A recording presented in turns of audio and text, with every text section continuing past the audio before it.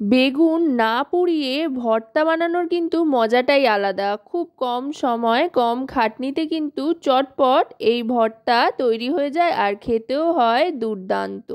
রান্নাবাটির পক্ষ থেকে সকল দর্শক বন্ধুদের স্বাগত জানিয়ে শুরু করছি আজকের রেসিপি না পুড়িয়ে বেগুন ভর্তা। এর জন্য বেগুন তো অবশ্যই লাগবে। বেগুনটাকে প্রথমে কেটে নিতে হবে।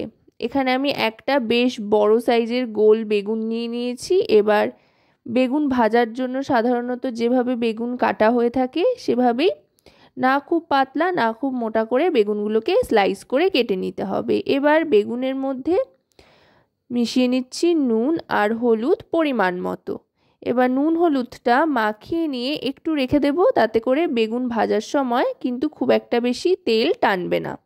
এইভাবে বেগুন ভাজলে কম তেলেই কিন্তু খুব সুন্দর বেগুন ভাজা হয়ে যাবে একটু রেস্টে রাখলে নুন হলুদ মাখিয়ে।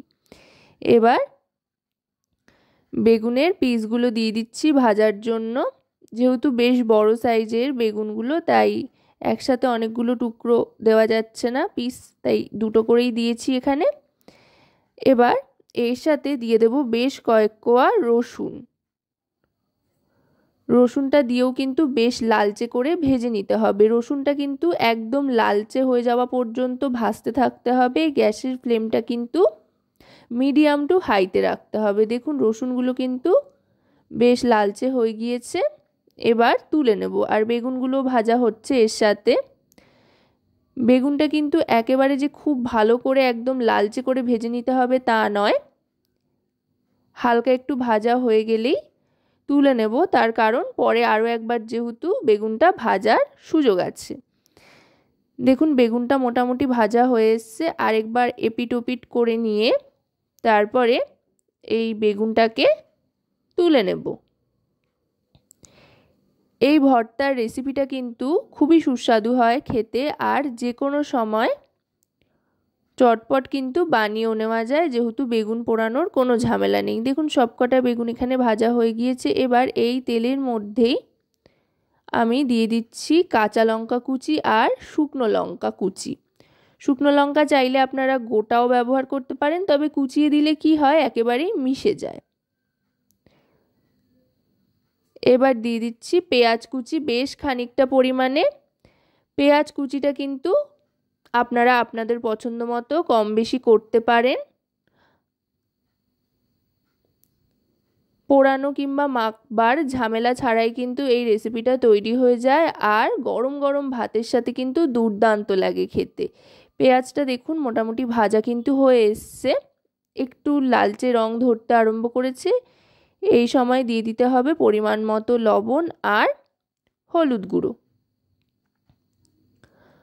নুন আর হলুদ দিয়ে ভালো করে আরও খানিকক্ষণ ভেজে নেব পেঁয়াজটা। সর্ষের তেলের ঝাঁজ, তার সাথে শুকনো লঙ্কা আর তার সাথে কাঁচা পেঁয়াজের ঝাঁজ সব মিলিয়ে কিন্তু অসাধারণ। এবার ভাজা রসুনটা দিয়ে দিলাম আর তার সাথে ভাজা বেগুনের পিসগুলোও দিয়ে দিলাম। দিয়ে কিন্তু এবার গ্যাসের ফ্লেমটা মিডিয়াম টু লোতে রেখে ভালো করে খুন্তি চালাতে হবে বেশ হাতের জোরে। এতে করে পুরো ব্যাপারটা কিন্তু মাখো মাখো হয়ে আসবে। দেখুন খোসা ছাড়ানোর কিন্তু কোনো প্রয়োজন নেই, যেহেতু বেগুনটা খুব ভালো করে ভেজে নেওয়া হয়েছে। আর বেগুনটাও দেখতেই পেলেন কতটা ভালো। আর এই ধরনের বেগুন কিন্তু খেতে দারুণ হয়।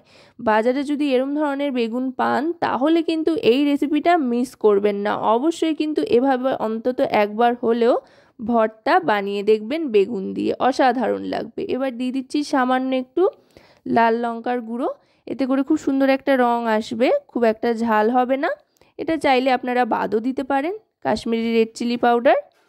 এবার লঙ্কার গুঁড়োটা দিয়ে ভালো করে মিশিয়ে নিচ্ছি। ভালো করে মিশিয়ে নিয়ে এবার এর উপরে দিয়ে দেব বেশ খানিকটা তাজা ধনেপাতা। ধনেপাতার ফ্লেভারটা অসাধারণ আসে এই রেসিপিটার সাথে। এই শীতের শেষ মুহূর্তে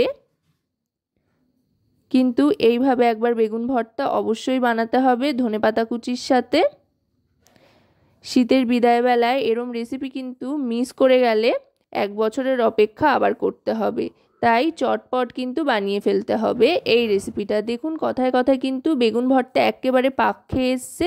এখন গ্যাসের ফ্লেমটা মিডিয়ামে করে ভালো করে পাকিয়ে নিচ্ছি। দেখুন একদম কিন্তু কড়াইয়ের থেকে উঠে উঠে আসছে, তেলতেলে হয়েছে। এবার এটা আমি সার্ভ করে দিচ্ছি। আশা করব রেসিপিটি আপনাদের ভালো লেগেছে। ভালো লাগলে অবশ্যই রান্নাবাটি চ্যানেলটিকে সাবস্ক্রাইব করে লাইক শেয়ার কমেন্টের মাধ্যমে আমাদের পাশে থাকবেন, আর পাশে থাকা বেল আইকনটি অন করে দেবেন সবার আগে সমস্ত রকম রান্নার নোটিফিকেশান পাওয়ার জন্য। আর যদি আমাদের ফেসবুক পেজ থেকে রেসিপিটি দেখেন তো অবশ্যই রান্নাবাটি ফেসবুক পেজটিকে ফলো করার অনুরোধ রইল। আপনাদের একটা লাইক শেয়ার সাবস্ক্রাইব কিন্তু আমাদের অনেক উৎসাহিত করে নতুন রেসিপি তৈরির জন্য। তো রেসিপিটি কেমন লাগলো অবশ্যই জানাতে ভুলবেন না।